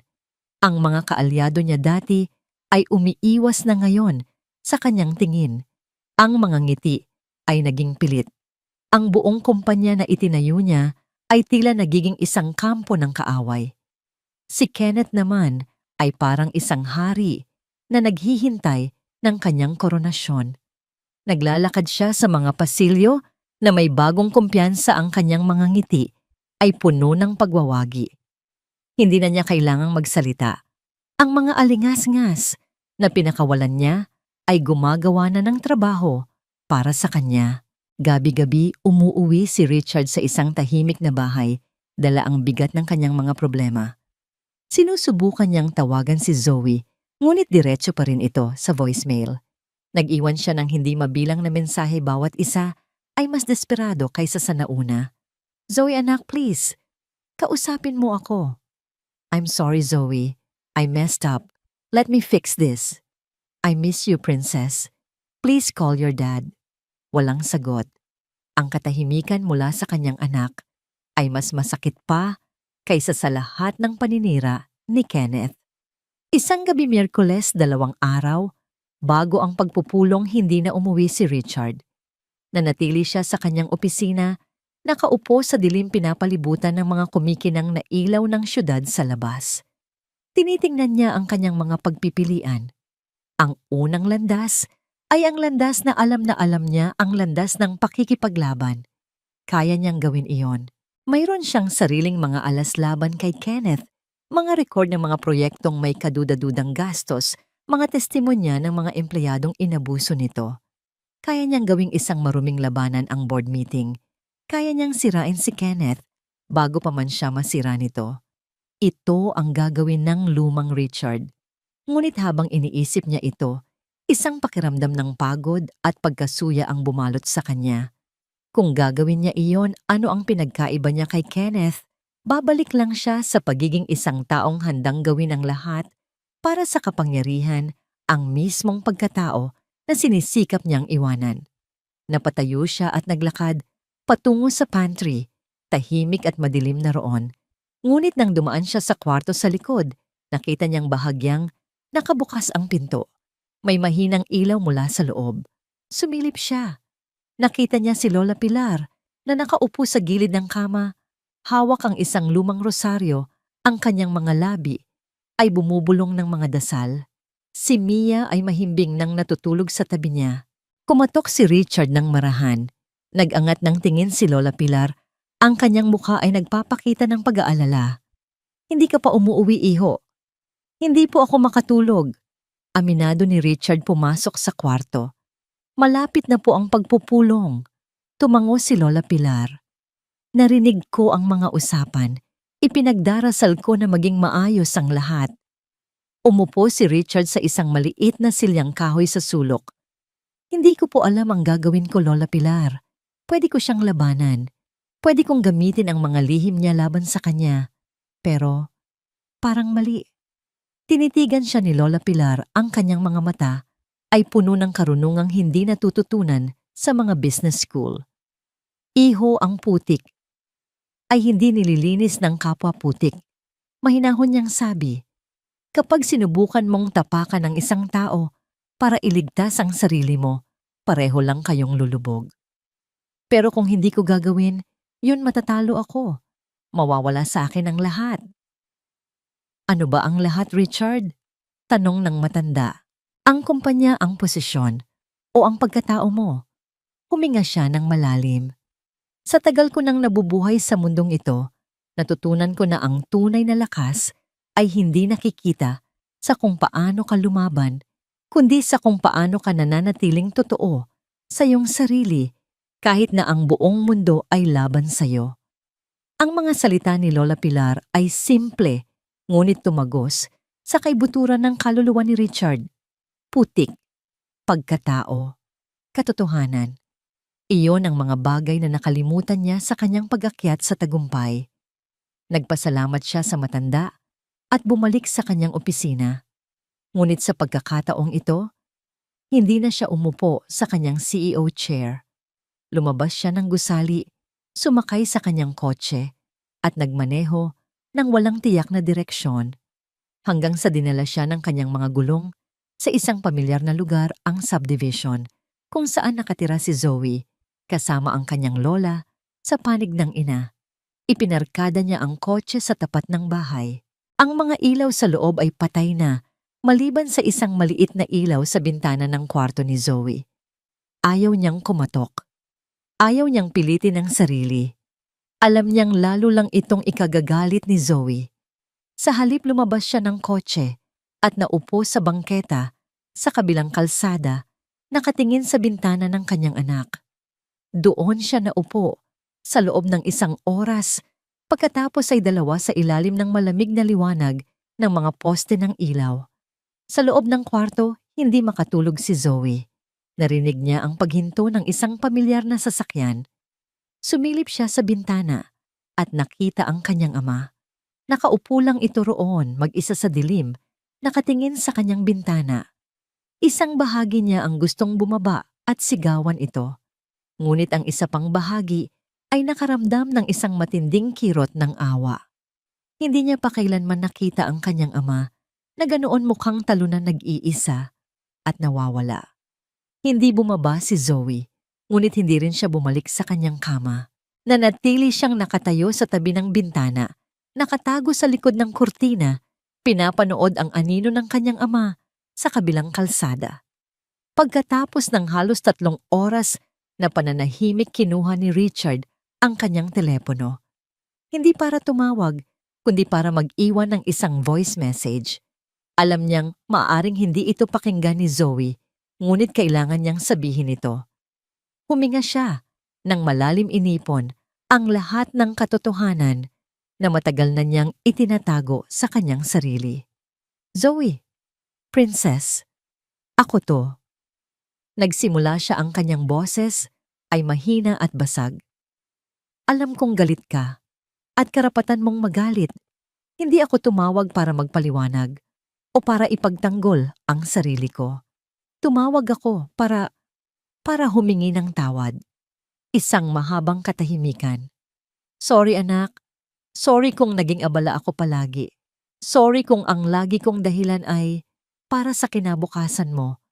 Pero ang totoo, ginagamit ko lang ang trabaho para takasan ang lahat.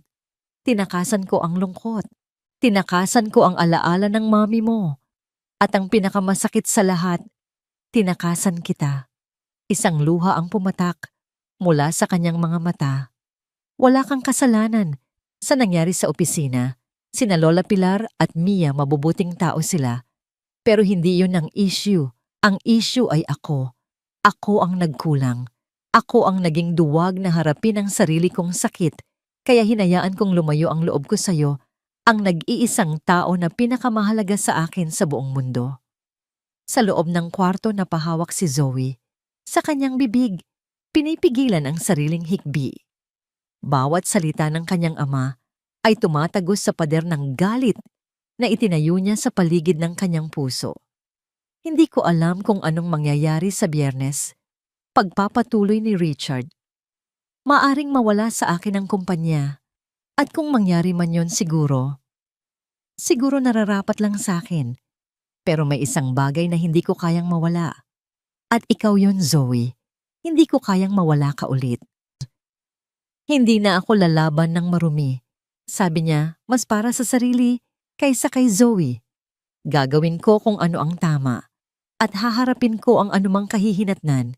Pero sana balang araw mapatawad mo ako. Mahal na mahal kita, princess. Higit pa sa kahit anong posisyon o pera sa mundo. Ibinaba niya ang telepono. Hindi na siya lumingon muli sa bintana. Dahan-dahan siyang tumayo, sumakay sa kanyang kotse at umalis. Naiwan si Zoe na nakatayo sa dilim, ang kanyang katawan ay nanginginig sa pag-iyak. Pinakinggan niya ang voice message ng paulit-ulit. Sa unang pagkakataon, hindi niya narinig ang makapangyarihang CEO. Ang narinig niya ay ang kanyang tatay. Isang tatay na nasasaktan, nagsisisi at nawawala. Kinabukasan, Huwebes ang araw, bago ang paghuhukom, may isang bagong Richard na pumasok sa opisina. Ang pagkabalisa ay naroon pa rin, ngunit napalitan na ito ng isang tahimik na determinasyon. Hindi na siya umiiwas sa tingin ng mga tao. Binabati niya ang lahat kahit ang mga alam niyang kumakampi kay Kenneth. Pumunta siya sa pantry. Nandoon sina Lola Pilar at Mia. Ngumiti siya sa kanila. Ano man po ang mangyari bukas. Sabi niya, huwag po kayong mag-alala. Hindi ko po kayo pababayaan. Ginugol niya ang buong araw na yon sa pakikipag-usap sa kanyang mga abogado, ngunit hindi para maghanda ng mga paninira laban kay Kenneth. Sa halip, inihanda niya ang kanyang sarili. Inayos niya ang kanyang mga personal na ari-arian. Siniguradong protektado ang kinabukasan ni Zoe at naghanda ng isang severance package para kina Lola Pilar at Mia para kung sakaling matanggal siya, hindi sila mapupunta sa wala. Nang gabing iyon, sa bahay ng lola ni Zoe, may kumatok sa pinto ng kanyang kwarto. Zoe! Boses ng kanyang lola. May bisita ka. Wala po akong inaasahang bisita, sagot ni Zoe. Bumukas ang pinto at pumasok ang kanyang lola. Sa likod nito ay nakatayo si Lola Pilar at sa likod naman nito ay si Mia na mahigpit na nakayakap sa isang maliit na bagay na nakabalot sa papel. Ang tatlo ay mukhang kinakabahan. Napatayo si Zoe na gulat. Anong ginagawa niyo rito? Lumapit si Lola Pilar. Hiya, pasensya na kung naistorbo ka namin. Mahinahon niyang sabi. Gusto lang naming humingi ng tawad. Para saan? Para sa gulong na idulot namin. Sabi ni Lola Pilar, ang kanyang mga mata ay puno ng sinseridad. Hindi namin sinasadya. Lumapit si Mia, ang kanyang mga mata ay nasa sahig at iniabot ang bagay na hawak niya. Para po sa inyo. Bulong niya. Kinuha ito ni Zoe. Isa itong maliit na kahon. Binuksan niya. Sa loob nakita niya ang isang maliit na siupaw na gawa sa kamay at sa tabi nito ay ang nayuping drawing. Maingat itong inunat at idinikit sa isang karton. Ang drawing ng 4 na taong magkakahawak kamay. Sabi po ni Sir Richard, paborito niyo daw po ang siupaw, sabi ni Mia. At sorry po kung dinrawing ko kayo nang hindi nagpapaalam. Gusto ko lang po na maging masaya si Sir Richard. Tinitigan ni Zoe ang drawing. Tinitigan niya ang siupaw. Pagkatapos ay tiningnan niya ang dalawang mukha sa kanyang harapan. Isang matandang pagod, nasa hirap, at isang batang wala pang kamuwang-muwang sa mundo. At sa wakas, ang natitirang pader ng galit sa kanyang puso ay tuluyang gumuho. Biyernes 10:00 ng umaga. Ang conference room sa pinakamataas na palapag ng R&V Tech Solutions ay puno ng tensyon. Ang mahabang lamesang yari sa mahogany ay napapalibutan ng mga pinakamakapangyarihang tao sa kumpanya, ang Board of Directors. Sila ay mga lalaki at babaeng sanay sa mundo ng numero at tubo, mga taong ang desisyon ay maaaring magtayo o magwasak ng isang imperyo. Sa isang dulo ng lamesa ay nakaupo si Richard. Nakasuot siya ng isang simpleng itim na suit. Kalmado ang kanyang anyo, ngunit kung titingnang mabuti, makikita ang pagod sa ilalim ng kanyang mga mata. Sa kabilang dulo naman ay si Kenneth. Ang kanyang suit ay mas magarbo, ang kanyang kurbata ay mas makintab. Sa kanyang mukha ay may isang ekspresyon ng isang mangangasong malapit nang makuha ang kanyang biktima. Magsimula na tayo, sabi ng chairman of the board, isang matandang lalaki na nagngangalang Mr. Francisco. Ang kanyang boses ay walang emosyon. Mr. Cruz, ipinatawag mo ang pagpupulong na ito. Maaari mo nang ilahad ang iyong mga alalahanin.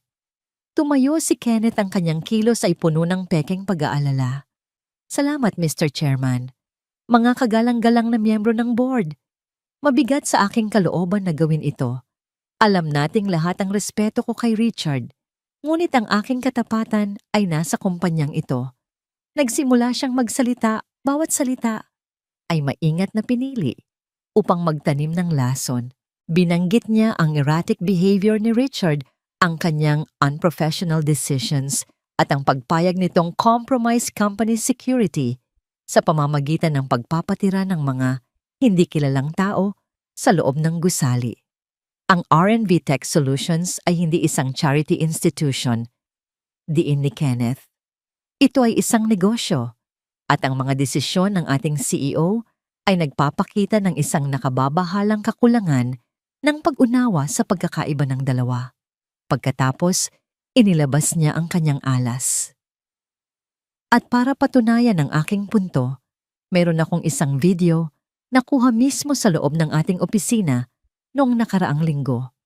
Isang video na sa aking palagay ay nagsasabi ng lahat. Isang malaking screen sa dingding ang umilaw. At doon, pinanood ng buong board ang nakakahiyang eksena. Ang sigawan. Ang pagdating ni Zoe, ang mga salitang, "Pinalitan mo na kami ni Mommy." Ang pagbasag ng salamin, ang pagtakbo ni Zoe habang umiiyak.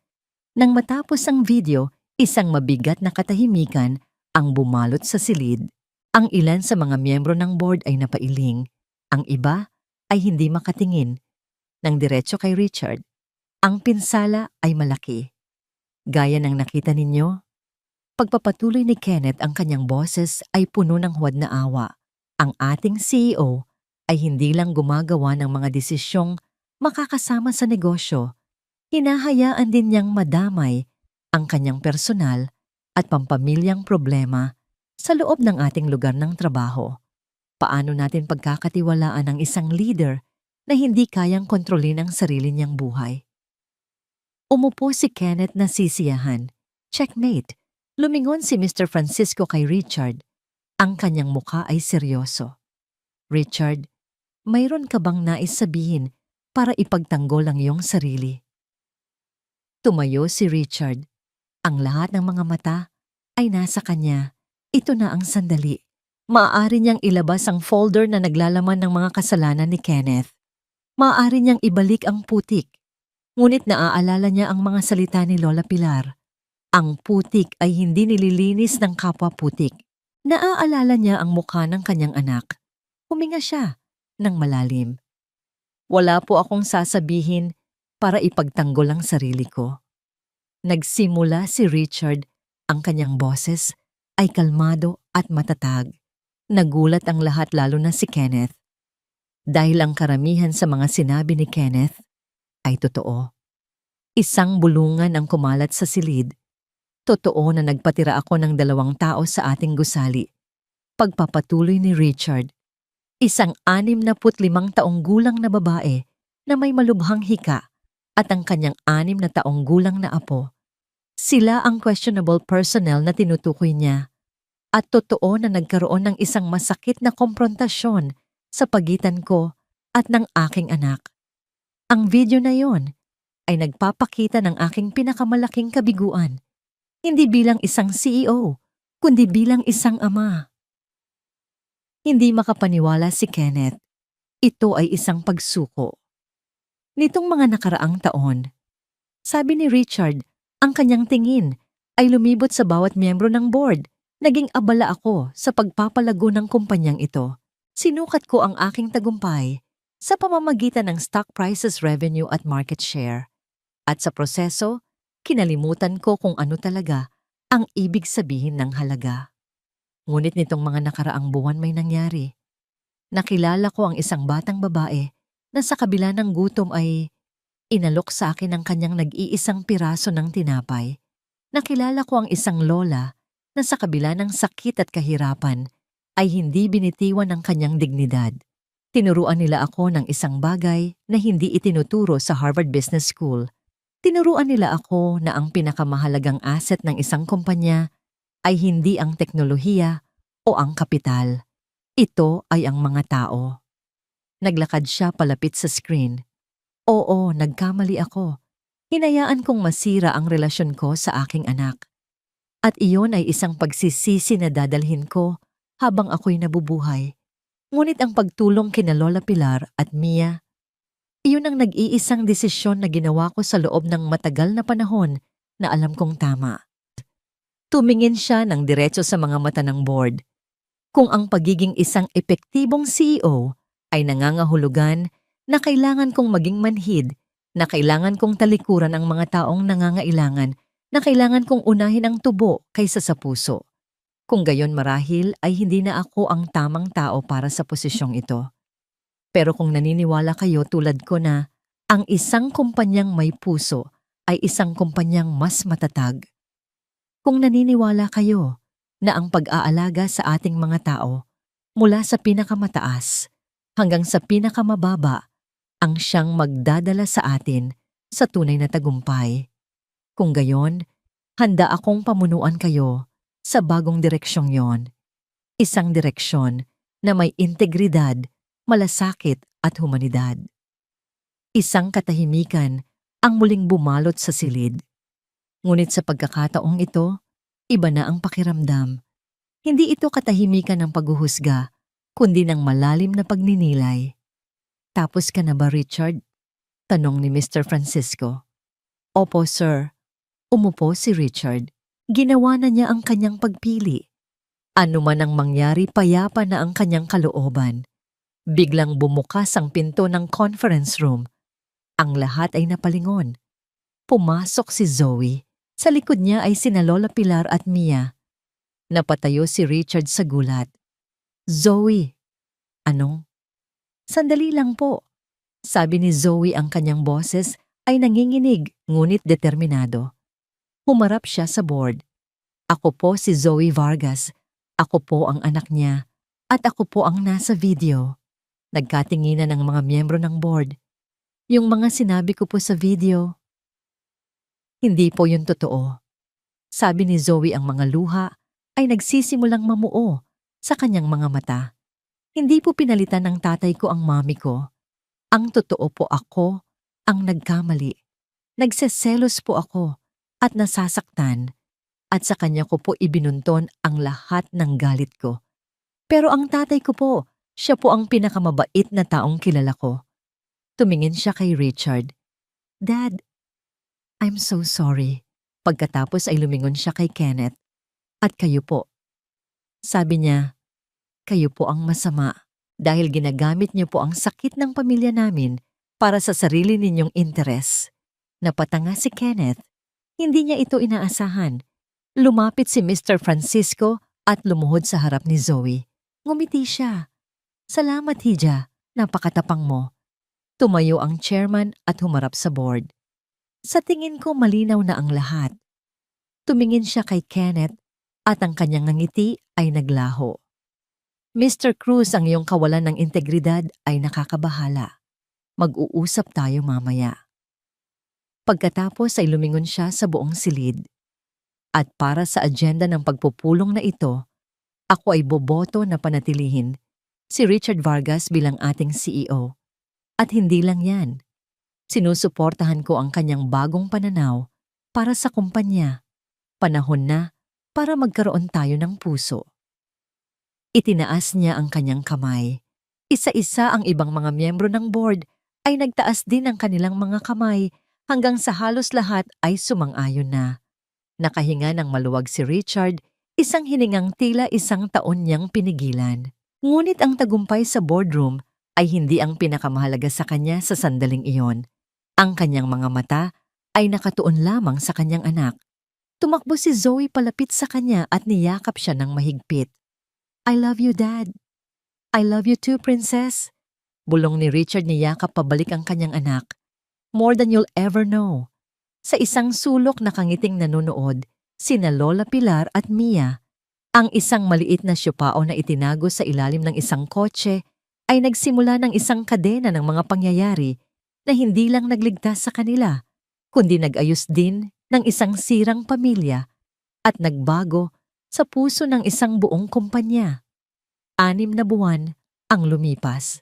Ang mga pasilyo ng R&B Tech Solutions ay may bagong sigla. Ang mga bulungan at tensyon ay napalitan ng tunog ng masiglang usapan at paminsan-minsang tawanan. Ang pinakamalaking pagbabago ay hindi makikita sa mga financial report, kundi sa mga mukha ng mga empleyado. Mayroon ng nanangiti, mayroon ng pakikisama. Sa entrance lobby ng gusali, kung saan dati isang modernong abstract painting, ang nakasabit ngayon ay isang malaking larawan na ang makikita. Ito ay isang candid shot na kuha sa pantry. Si Richard nakaupo sa isang mesa, tumatawa ng malakas. Sa tabi niya ay si Lola Pilar na may hawak na sandok at isang mapagmahal na ngiti. At sa harap nila ay sina Zoe at Mia magkatabi, parehong nakatingin sa isa't isa na para bang magkapatid habang nag-aagawan sa huling piraso ng leche flan. Sa ilalim ng larawan ay may isang simpleng tansong plaque na nakaukit ang mga salitang, "Ang ating pinakamahalagang asset." Si Kenneth Cruz ay tahimik na inilipat sa isang malayong branch ng kumpanya. Sa probinsya, isang posisyong malayo sa kapangyarihan, isang desisyong mas mabuti kaysa sa tuluyang pagpapatalsik. Para kay Richard, ang paghihiganti ay hindi na mahalaga. Ang mahalaga ay ang paghilom. Ang pantry ay naging puso ng opisina. Nagkaroon na ito ng pangalan, Kusina ni Lola Pilar. Dito na ginaganap ang mga birthday celebration, dito nagkakaroon ng mga brainstorming session at dito tumatambay ang mga empleyado para lang magkwentuhan. Si Lola Pilar na dati isang payat at sakiting matanda ay masigla na ngayon. Ang kanyang hika ay kontrolado na ng tamang gamot. Ang kanyang mga pisngi ay may kulay na at ang kanyang mga mata ay laging kumikinang. Naging lola siya ng buong opisina. Si Mia ay nasa unang baitang na isa sa mga nangunguna sa kanyang klase. Hindi na siya ang mahiyain at takot na bata sa ilalim ng tulay. Siya ngayon ay isang masayahin at matalinong bata na ang paboritong libangan ay ang magbasa ng mga libro kasama ang kanyang ate Zoe. Tuwing katapusan ng linggo, ang maliit na kwarto sa likod ng pantry ay nalilipatan ng tirahan. Sina Lola Pilar at Mia ay umupa na ng isang maliit, ngunit disenteng apartment malapit sa opisina, isang lugar na matatawag nilang tunay na kanila. Ngunit ang relasyon nila sa pamilya Vargas ay mas lalo pang tumibay. Isang Sabado ng hapon, ang penthouse ni Richard na dati isang malamig at tahimik na lugar ay puno ng buhay. Ang amoy ng nilulutong pagkain ay nanggagaling sa kusina, kung saan si Lola Pilar at Zoe ay magkatulong na naghahanda ng hapunan. Sa sala, si Richard at Mia ay seryosong nakaupo sa sahig, naglalaro ng board game. Checkmate! Masayang sigaw ni Mia, itinayo ang kanyang maliit na king. Nanalo na naman po ako, Tito Richard. Napakamot sa ulo si Richard. Ang daya mo, ang galing-galing mo na sa chess. Tumawa si Mia. Ang senior at sir ay matagal nang napalitan ng tito. Lumapit si Zoe mula sa kusina, may dalang isang tray ng juice. Dad, hayaan mo na. Matalo ka man sa chess, panalo ka naman sa puso namin. Biro niya. Isang tunay at masayang tawa ang kumawala kay Richard. Ang relasyon niya kay Zoe ay hindi na bumalik sa dati. Ito ay naging mas matibay pa. Natutunan nilang mag-usap, magpatawad at ang maging sandalan ng isa't isa. Natagpuan nilang muli ang isa't isa sa gitna ng kaguluhan. Ang bango ng niluluto nyo, sabi ni Richard. Ano yan, sekreto? Sagot ni Lola Pilar mula sa kusina. Pero paborito ng isang taong nagdiriwang ngayon. Kumunot ang noo ni Richard. Si sinong nagdiriwang? Nagkatinginan sina Lola Pilar, Zoe at Mia at sabay-sabay nang ngumiti. Maya-maya, habang nakaupo na sila sa hapagkainan, inilabas ni Lola Pilar ang panghuling putahe. Inilapag niya ito sa harap ni Richard. Isa itong maliit na plato. At sa plato, may isang perpektong hugis, mainit-init pang siopaw na gawa sa kamay. Napatigil si Richard. Tinitigan niya ang siopaw at ang lahat ng alaala ay bumalik ang paradahan, ang takot sa mga mata ni Mia ang kabaitan, sa kabila ng gutom, ang kalahating tinapay na nagbago sa lahat. Para saan to? Tanong niya ang kanyang boses ay bahagyang nanginginig. Lumapit si Mia, sa tabi niya may hawak na isang maliit na cupcake na may isang kandila. Happy anniversary po, Tito Richard, sabi niya. Anniversary opo, sabi ni Mia. 1 taon na po ngayon mula noong araw na hinati niyo ang siopaw para sa akin. Naramdaman ni Richard ang pag-init ng kanyang mga mata. 1 taon. Sa loob ng 1 taon ang kanyang buhay ay nagbago sa paraang hindi niya kailanman inakala. Nawala sa kanya ang takot at kalungkutan at natagpuan niya ang isang bagay na mas mahalaga. May isa pa po sabi ni Zoe. Iniabot niya sa kanyang ama ang isang maliit at patag na kahon na nakabalot sa regalo. Binuksan ito ni Richard. Sa loob nakita niya ang isang simpleng silver na picture frame at sa frame naroon ang nayuping drawing ni Mia ang 4 na taong magkakahawak kamay. Maingat itong na-preserve at na-frame.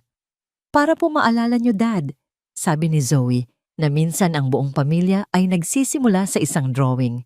Dagdag ni Mia, at para maalala niyo po na minsan ang pinakamagandang bagay sa buhay ay nakatago sa ilalim ng kotse.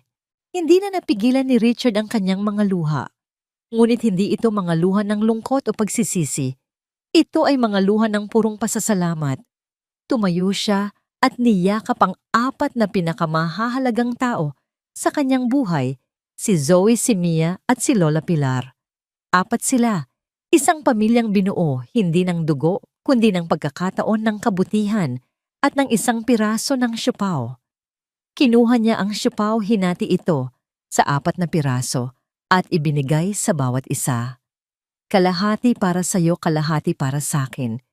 Bulong niya habang iniaabot ang isang piraso kay Mia, inuulit ang mga salitang nagsimula sa lahat. Habang kinakain nila ang kanilang bahagi, tumingin si Richard sa bintana ng kanyang penthouse. Sa labas ang syudad ay kumikinang isang testamento sa yaman at kapangyarihan. Ngunit alam na niya ngayon, ang tunay na yaman ay hindi ang mga gusaling iyon. Ang tunay na yaman ay ang init ng tawanan sa loob ng kanyang tahanan. Ito ay ang pagmamahal sa mga mata ng kanyang anak. Ito ay ang pasasalamat ng isang lola na nabigyan ng pangalawang pagkakataon. At higit sa lahat ito ay ang dalisay ng ngiti ng isang batang babae na nagturo sa isang bilyonaryo na ang pinakadakilang kayamanan sa mundo ay ang kakayahang magbahagi kahit na ang ibabahagi mo lang ay kalahati ng iyong nag-iisang pag-aari. At sa puso ng syudad na yon, sa gitna ng lahat ng karangyaan, natagpuan ni Richard Vargas sa wakas ang kanyang tunay na kayamanan.